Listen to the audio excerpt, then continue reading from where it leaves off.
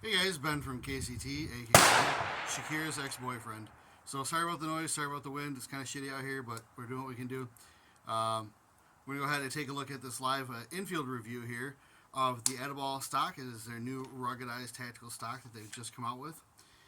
So Atibal is known for their optical instruments. Obviously, as you might know, these things as like maybe like 1 to 4s, 1 to 6s, 1 to 8s, 1 to 10s, LPVOs, MPVOs, medium power variable optics. They're kind of coining that phrase there. And so this one just came out and it's something a little bit different from them because obviously they don't do like furniture and things like that. They're sort of expanding into the market there. So I did talk to Jimmy, the owner of the company, and he's pretty excited about these stocks. So I wanted to go ahead and take a look at one of them. I went ahead and did the pre-order. Got it for about 50% off. And so I think I got it for right around 25, 30 bucks, something like that, which is an absolute steal. So I think the value is definitely there on that. Would I pay full price for it, though, is going to be the question. So we'll go ahead and answer that. So first of all, we want to take a look at it from ass to mouth. And we'll go ahead and start with that butt pad there. Now, it does have a texturized butt pad, and that is nice because it does come with it. Now, the Strike Industries, their Viper stock, which I also like, that this replaced. They did not sell the butt pad with it. They, in fact, did not have the butt pad that came with it when it first came out. So that was a bit of a bite. And it basically just had this like slippery rubber or slippery plastic back pad Viper stock, which I just really didn't like. So I went out and paid another like $15 for the butt pad. This comes with everything. I believe it is, the stock's retailing for like 50, 60 bucks, something like that. I do believe that the stock butt pad is removable. There's a little notch right there. Now, I didn't go ahead and pop it off because I don't really want to. But it does give you a good gripping surface, and it is very positive. The traction is very nice. It does go ahead and line up nice with your shoulder there, lock up really nice. So the way I think of this stock is if you like the MFT minimalist stock and wanted something a little bit beefier, but you didn't want to go with like their rugged minimalist stock or their oh god, I'm trying to remember what they call it, but it's like slightly thicker through the body, and the like enhanced minimalist, something like that. If you didn't want to go with something like that, and you didn't want to go with something like the Viper stock from Strike Industries, this is a really, really good way to go. Again, the butt pad is really nice. Let's lock right into that shoulder there. As you can see there, it does come down far enough while giving you a nice little cheek weld there. There is a pretty good flared little cheek area for you there. Just kind of open up. Go ahead and pop that cheek there. Nothing to grab your beautiful beard hairs, which is really, really nice.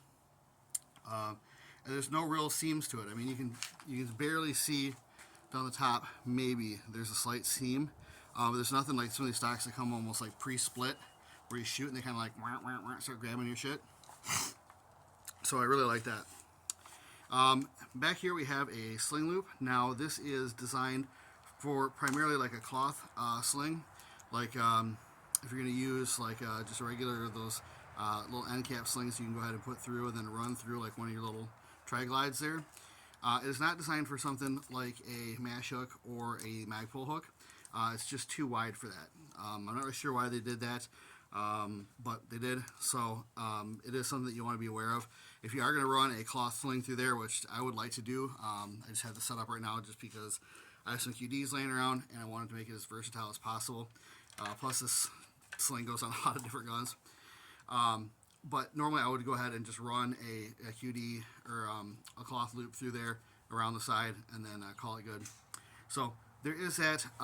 Again, I don't know why they didn't set it up so you can throw a match in there, but it is what it is. I don't think that's a big deal. I don't think it's a big deal breaker. So moving up from there, we have the adjustable release latch here. Now this one actually does double duty, much like your mom after a bottle of tequila. And so what that means is there's actually a little notch right there. There's a little tab right underneath there that once you push past it, these little teeth will actually engage and allow you to pull the stock off. So it kind of sounds weird, but I'll show you here. Just go ahead and grip it nice and tight. You kind of have to two-hander the thing.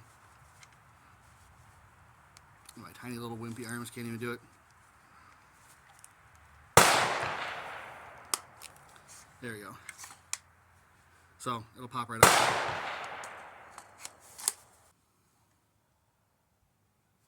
Alright, so yeah, you go ahead and slide that back on there. You're all good. Other than that, it works just like the release lever that you'd see, again, on the minimalist stock. Just runs, does its thing. And obviously it locks into all the positions that you have on your receiver tube.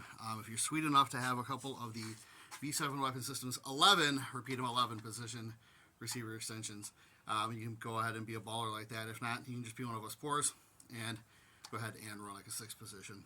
I've only got 2 of those. So anyways, also has a witness mark, so you can go ahead and find your favorite little stopping point there.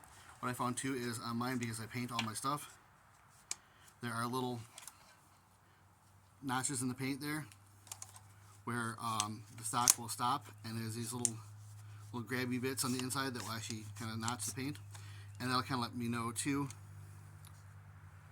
where I want to go ahead and get my stock stop. Okay, so your witness mark there, that's awesome. You go ahead and throw your QD on there. Now, when I did get the stock originally, what happened is the QD would pop right out. You just give it a tug, and it would come right out with basically no effort. Now, that was concerning. I went ahead and shot a video, sent it over to Jimmy, and Jimmy's like, hey, check out all the rest of our stocks. They're not doing this. He hooked up a QD to it. I went ahead and sent me a video back of him pulling on the QD on another stock. And so I would have believed him, obviously, without even the video, but I did like the fact that he went and shared the video showing, hey, this is, not an issue on ours.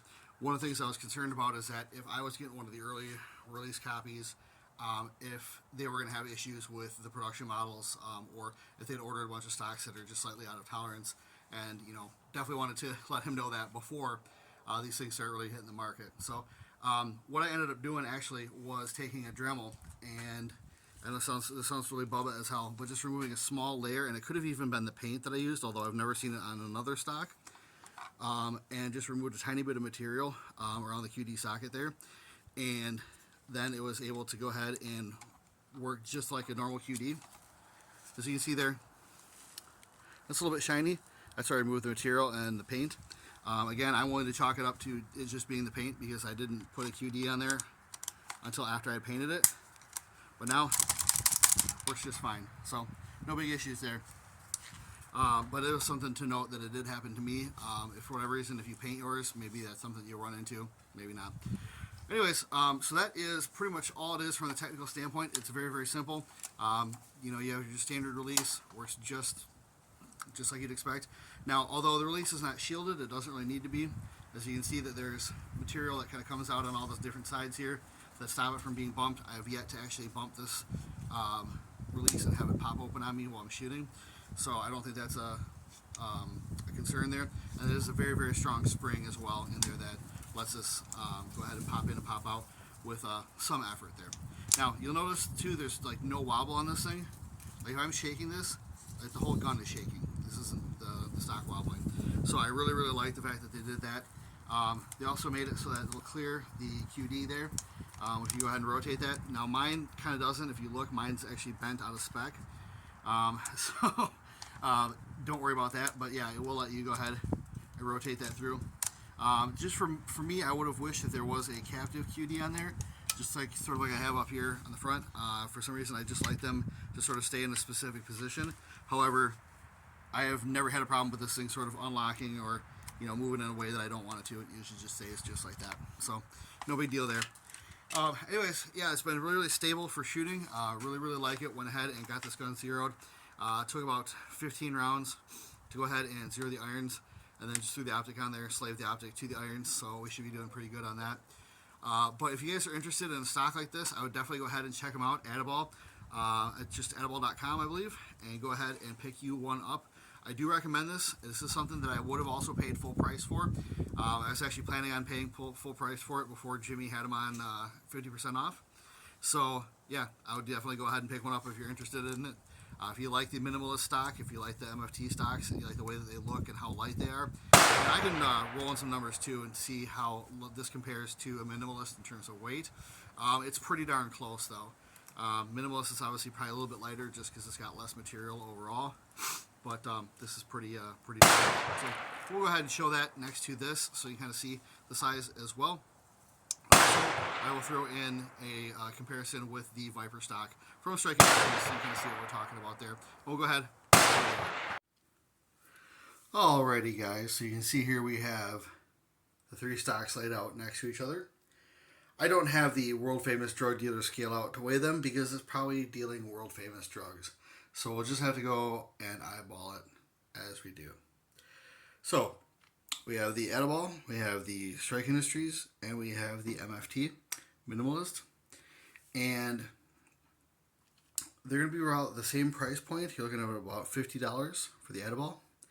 I know these are on sale for $50. I think they're $60 on their website at missionfirsttactical.com.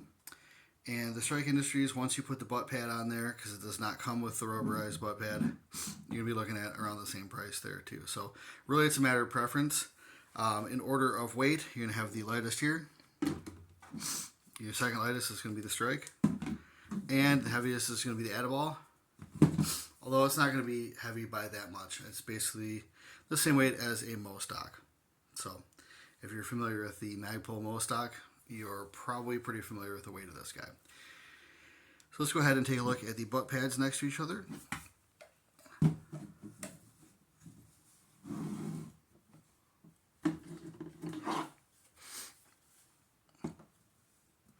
So you can see here, number one, the Strike Industries is pretty much shorter than the other ones.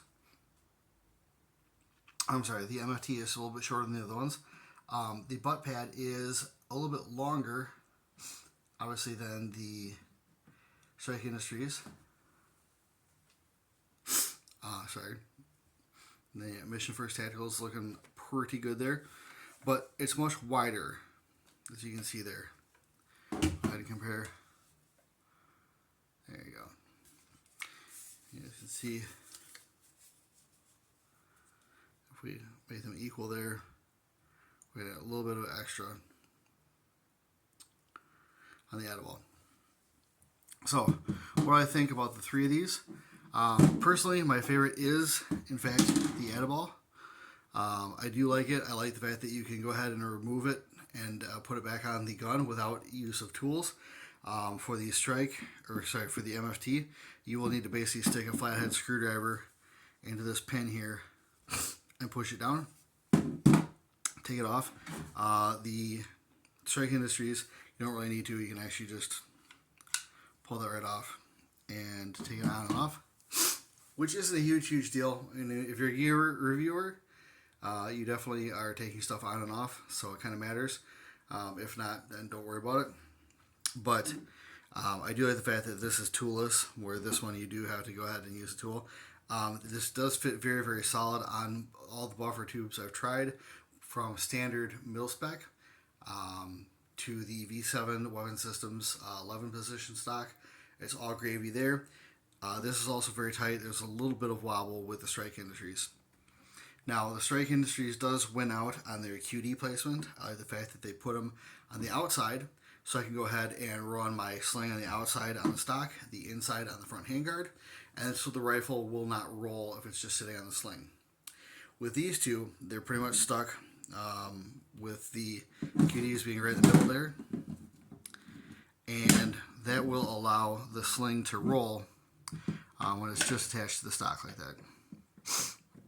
So as you can see, the QD positions are pretty similar, although the Atibal stock is much longer than the MFT. So even though this lever is not shielded, I've never had a problem with it snagging on anything or accidentally releasing, because the spring is extremely strong on this. I've not had any issues with that spring compressing and releasing the stock. It's been very good in terms of how well it stays on there. This is quote-unquote shielded in the sense that it is below the level of the stock's body. So it does give you a little bit more protection. And the least shielded, of course, is the Strike Industries, because there's literally nothing that would stop that from pushing out. Now, it also is a much weaker spring compared to the Atibal. So I think for terms of adjustability and not having it pop out when you don't want to, the Atibal is going to be the bee's knees. Personally, I don't have a problem with any of these stocks. I like all three of them. But my favorite so far right now is the Atibal. Now, again, they did not pay me for this. I went ahead and picked one up while it was 50% off, which is an excellent deal. So, definitely got a good deal on that one. But I would pay the same amount of money if it was full price, because I would buy the stock again if I had to. So, I guess lastly here, we kind of see the butt pad. The rubber is much thicker on the Atibal than it is on the MFT or the Strike Industries. So a little bit more comfort and recoil absorption for you there. I do like the texturing on the back of it as well. The MFT is pretty good as well. The Strike Industries is okay. I'm not super. I'm more pissed off that I had to buy the butt pad separately, that they didn't include it, because without the butt pad, this is garbage traction on the stock. So, anyways, guys, that's all I got for you today. I would definitely say if you're interested in something like this, go ahead and buy it. It is a good stock, and I think you will definitely enjoy it. If you like the look of the Minimalist, if you like the look of the Strike Industry stock, you will definitely like the Atibal. The profile is excellent. The rolled toe is very, very nice for shouldering, even when wearing body armor. I really, really like the way that the contours are. And again, I think it's flared out a little bit here for a cheek weld. Same thing sort of like the MFT is. The Strike is just kind of the same width the whole way across, but this is actually flared out, I think probably the most out of all of them. So if you want a good cheek weld, I would say definitely go with this guy. And of course, got your witness holes there.